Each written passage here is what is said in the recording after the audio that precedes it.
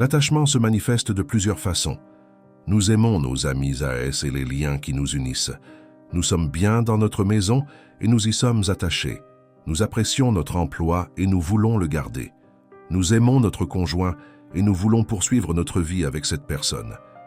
Nous avons un lien profond avec nos enfants. Nous avons des habitudes auxquelles nous tenons, des biens matériels et des activités. Souvent, le lien d'attachement à ces personnes et à ces choses est tellement fort que nous sommes prêts à bien des sacrifices pour le préserver. Nous renions souvent nos besoins profonds pour maintenir le statu quo, pour ne pas déplaire et ne pas changer de routine. Nous essayons de répondre aux attentes des autres et nous oublions les nôtres. Puis un jour, chacune de ces choses et probablement chacune de ces personnes quittera notre vie.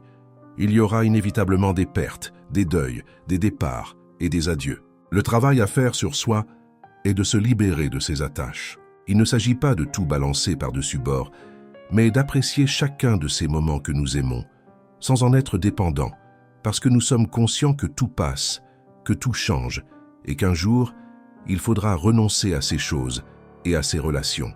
Soyons prêts à renoncer à tout, sauf à nous-mêmes. Arrêtons de faire l'inverse. Certaines personnes ont besoin de se raccrocher à quelqu'un pour avancer, pour exister.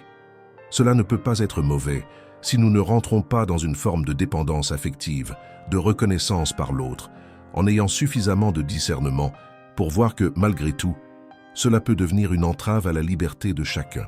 Admirer une personne, vouloir lui ressembler ou désirer être au plus près d'elle par amitié, par amour, peu importe, en vient à faire de l'autre une béquille pour avancer. Lourde responsabilité pour une et attachement excessif pour l'autre. Restons libres de nos choix. Demandons conseil, aide si nécessaire, mais ne rentrons pas dans le jeu de l'amitié ou l'amour exclusif, étouffant, bloquant. Ne nous accrochons à personne. Tout au long de notre vie, nous avons et allons encore rencontrer des gens, laissons la porte ouverte aux nouvelles rencontres. Certaines personnes sortiront de notre vie et d'autres y rentreront. C'est le cycle éternel du renouvellement des énergies. Acceptons que cela soit. La liberté, c'est aussi cela. Ne nous accrochons à personne. Acceptons de prendre notre vie en main, sans avoir besoin d'approbation, sans désirer voir l'admiration dans le regard de l'autre. Nous sommes qui nous sommes, l'autre est qui il est. À la naissance, on monte dans le train et on rencontre nos parents. Et on croit qu'ils voyageront toujours avec nous. Pourtant, à une station, nos parents descendront du train, nous laissant seuls continuer le voyage. Au fur et à mesure que le temps passe, d'autres personnes montent dans le train.